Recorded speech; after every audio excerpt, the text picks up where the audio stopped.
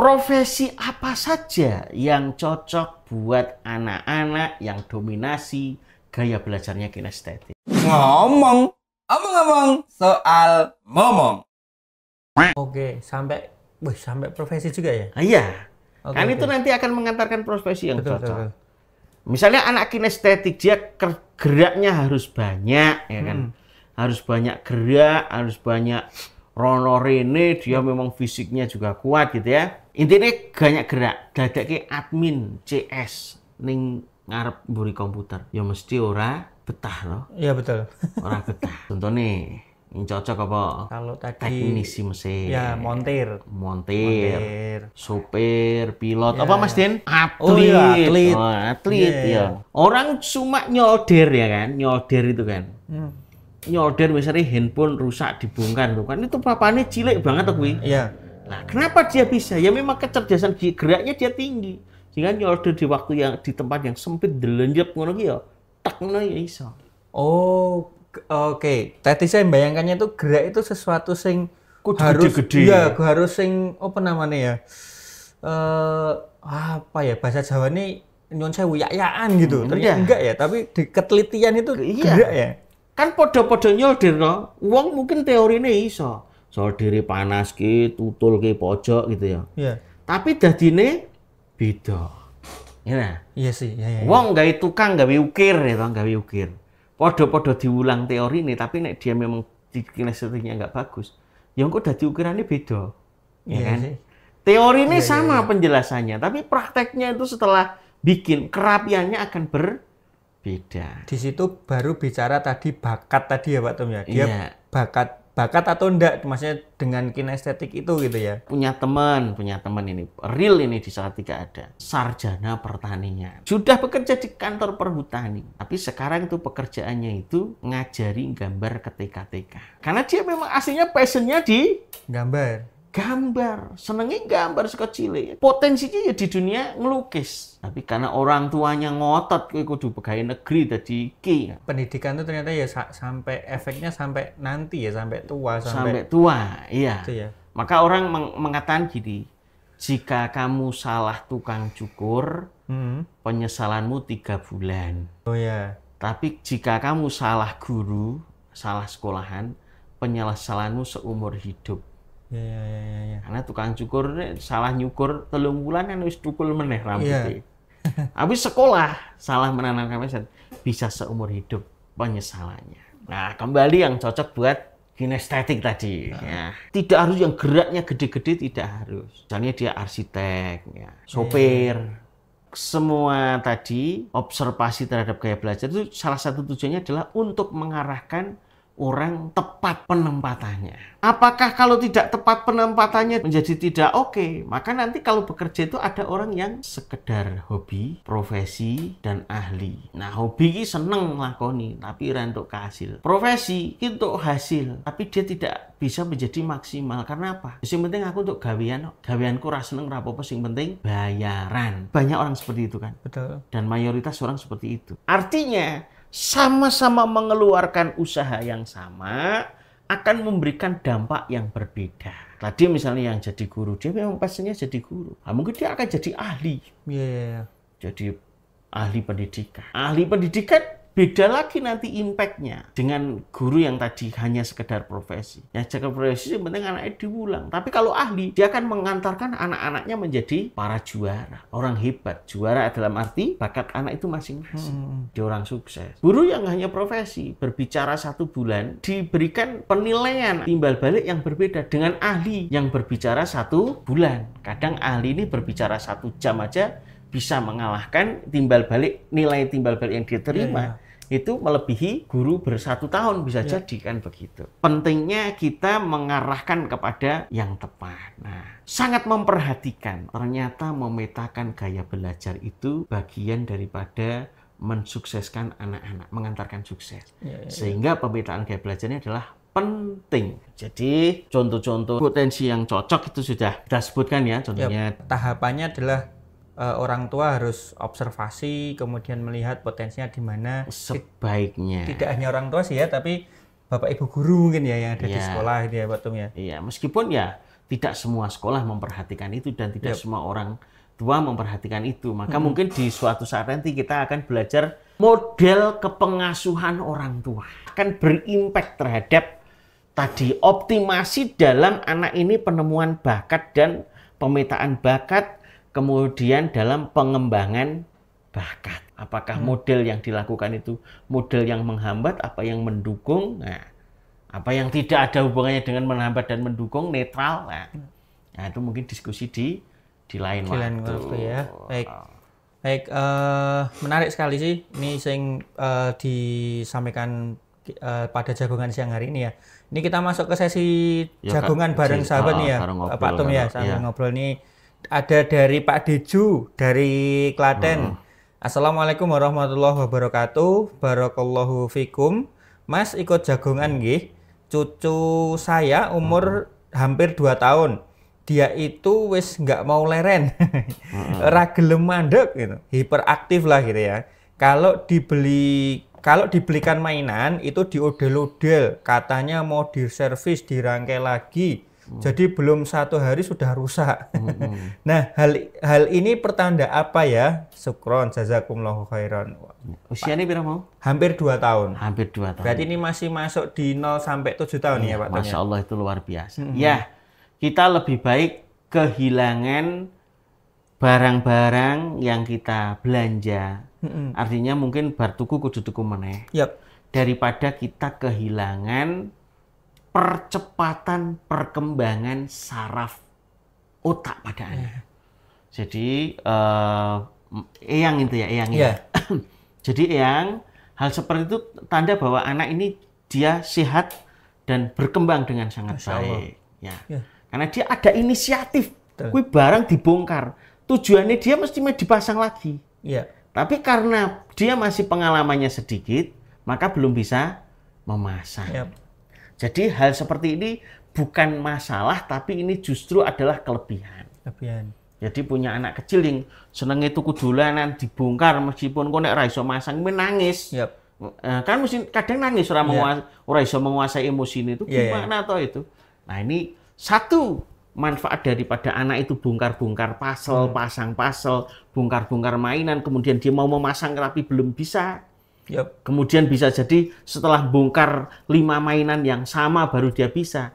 Ini adalah dia setiap gerak itu dia akan tersambung jaringan-jaringan sarafnya menjadi kuat. Oke, itu perlu kita syukuri dulu ya. Kita syukuri. Nah, yang kedua, seperti apa kita untuk mendukung perkembangan itu? Ya kita berikan lebih banyak. Itu ya. Ya, berikan lebih banyak. Kalau pendampingan, bagaimana pendampingannya? Pendampingannya bisa diulang-ulang. Misalnya mobil puzzle atau mungkin Lego ya. Lego. Kasih yang sama dulu, coba bongkar. Wah, dia bongkar sendiri. Biarin aja dulu nggak apa-apa. Kok nek gak iso, carane ngene, Dik. Coba bongkar neh. Pasang neh, bongkar neh, pasang neh gitu. Nah, itu menyambungkan saraf neuronnya. Neuronnya. Maka nanti dia akan tersambung itu jaringan informasi. Gambarannya ngene. Ketika kita mendatangi tempat baru, kita mau ke tempat lain, itu mesti nek saiki takon Google Map. Nek ndek mben takon wong. Pertama gitu misalnya dari rumah gitu menuju pasar gitu. Dalane lali pertama, dadak ngiling-ngiling gitu. Kedua, orang ngiling-ngiling.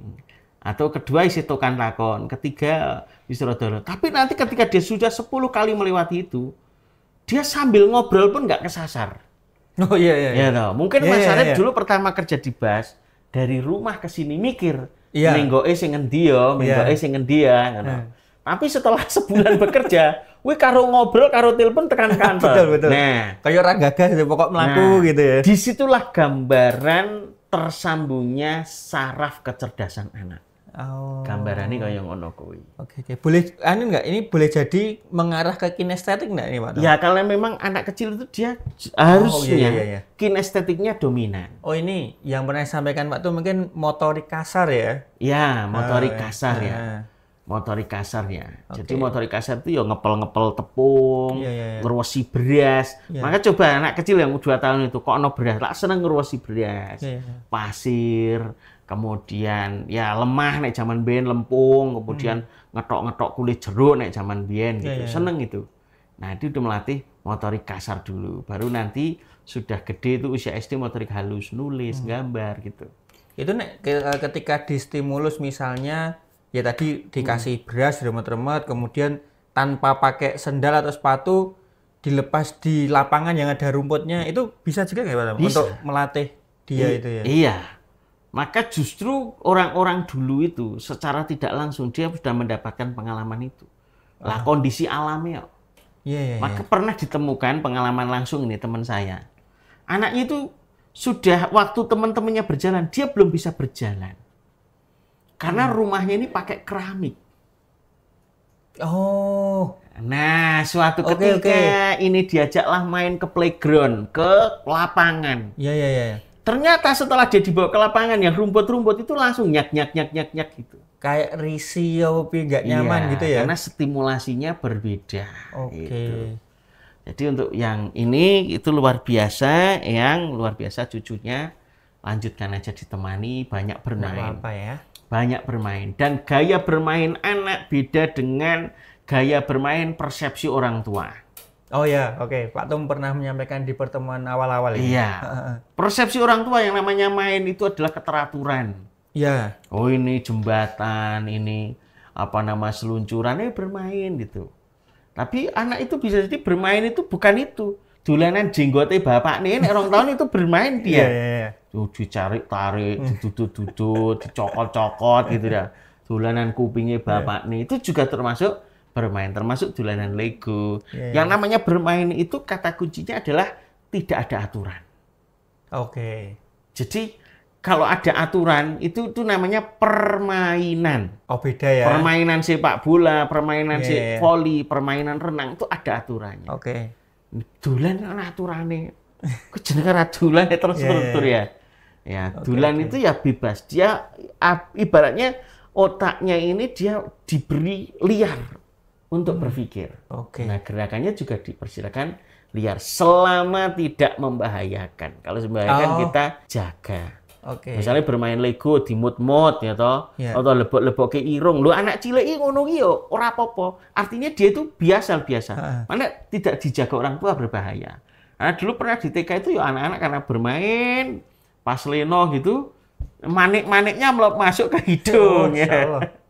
Nah, ini membahayakan. Kata kuncinya berarti tadi dua ya. Yang pertama bermain itu tidak ada aturan gitu ya. Dibiarkan tidak apa-apa tapi syaratnya dalam pengawasan biar tidak menjadi berbahaya. Iya, selama tidak membahayakan. Tidak membahayakan. Masya Allah. Berarti aman gitu ya ini dari Pak Dejo tidak apa-apa dilanjutkan. Kemudian insya Allah selalu dalam pengawasan lah biar aman tadi ya. Kata kunci lagi untuk mulut ini. Jadi persepsi belajar. Persepsi belajar menurut orang tua secara umum itu anak diulang ngaji, diulang pengetahuan, diulang matematika. Oh, oke. Itu persepsi orang tua. Baca buku, ngitung. Tapi di anak usia itu persepsi belajar, yang namanya belajar, ya kuwi bongkar Lego, bongkar dolanan, mengko masang meneh utawa ora iso masang. Itu belajar. Jadi jangan sampai kita melayani anak yang usia misalnya 0 sampai 7 tahun, kita bawa persepsi belajarnya kita gitu. Beda ya, Pak teman. Beda ya. Insyaallah. Baik. Mas Arif tahu yang namanya ikan. Iya, ikan. Ikan itu ada ikan yang dia akan cepat tumbuh ketika hidup di air yang mengalir deras. Misalnya ikan yang bersisik. Ada ikan yang tidak bisa tumbuh ketika alirannya deras. Misalnya lele. Dia akan cepat tumbuh ketika airnya tuh mandek. Iya, menggenang tok. Mandek ya, dia lendir-lendirnya tuh juga termasuk membantu pertumbuhan dia. Nah, ketika kita salah menempatkan kolam, maka jadi berbeda. Misalnya koi. Koi itu airnya harus jernih. Kalau airnya keruh, mati koinya. Saya jadi membayangkan sendiri bahwa ketika mendidik anak itu ya harus disesuaikan dengan objek didikannya gitu ya Pak Tum ya. Jangan membawa objeknya kita gitu. Ya, jadi gitu ya. 3 kata itu tadi, paham yang mau diajarkan, sampaikan paham siapa yang mau diajar, sehingga kita akan menentukan caranya, paham caranya. Insyaallah. Itu. Kalau dalam dunia pendidikan, namanya pendidikan anak, Yap. itu disebut pedagogik. Oh. Maka guru dia salah satu kompetensinya memiliki kompetensi pedagogik. Iya. Nah, nek wong tuwa jenenge andragogi. Cah enom seneng kerdian-kerdian sing atos-atos ya toh. Iya. Pedes-pedes ya toh, misalnya basreng ya toh. Iya. Atos pedes seneng. Swidak tahun ora diuntu kayak basreng pedes dimut tekan sesuk. Nah, ngono. Oke. Masya Allah. Ya. Jadi terpikir gini Pak Tung. Kalau misalnya tadi ya, salah satu cara untuk menempuh pendidikan itu kan anak disekolahkan. Iya. Nah, ketika ya kita tidak menunjuk satu atau dua sekolah, tapi misalnya ada tempat untuk belajar tersebut belum menerapkan yang seperti ini gitu Pak Tung. Itu kita sebagai orang tua gimana nih Pak Tung? Apa ya mencarikan yang sesuai atau kita bisa menambah dengan stimulus sendiri di rumah gitu? Iya, betul itu. Jadi betul itu maksudnya gini loh. Urung-urung wis betul. Jadi kita itu kan kalau sekarang itu kan sekolah itu kan banyak sekali. Pilihannya. Pilihannya banyak sekali. Maka kita bisa ngobrol. Apa tujuan kita menyekolahkannya di situ. Oh, Kita bisa tanya programnya kan gitu. Kita konfirmasi dulu ya. Iya. Ini. Bahasanya begini. Orang yang memiliki kelebihan, dia akan memiliki kelebihan pilihan. Oke, kelebihan tendensinya ke finansial mungkin Iya. ya. Oke. Jadi nek cuane akeh, pilihane luwih Oke. Ya. ya toh. Kemudian kalau dia terbatas di situ ya pilihannya lebih sedikit. Itu dari sisi orang tua. Yap. Nah, dari sisi anak ya kan, dia semakin banyak kelebihan juga semakin banyak pilihan. Karena masuk tempat-tempat sekolah ini kadang ada seleksi nih kan gitu. Iya.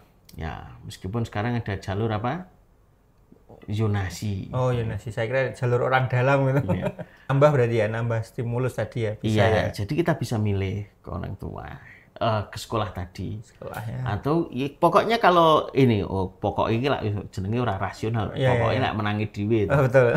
Jadi kata pokok, kata kunci utamanya itu orang tua. Background dari rumah itu yang penentunya. Oh. Nah, jadi nek orang tuanya itu sudah benar di rumah, dia akan mampu mengantarkan anak ini menjadi anak yang siap belajar. Oke. Siap belajar. Karena di sekolah itu kan seperti bullying itu kan di luar kendali orang tua kan. Iya. Bullying itu kan dari dulu misalnya nek bocah dinyek karo koncone dolan enek. Iya. Nah, dulu ya gak begitu rame. Iya. Kenapa? Mungkin kerasnya kehidupan zaman dulu, uripe wis keras. Jadi membur dinyek-nyek ora krasa. Orang mandi. Orang mandi.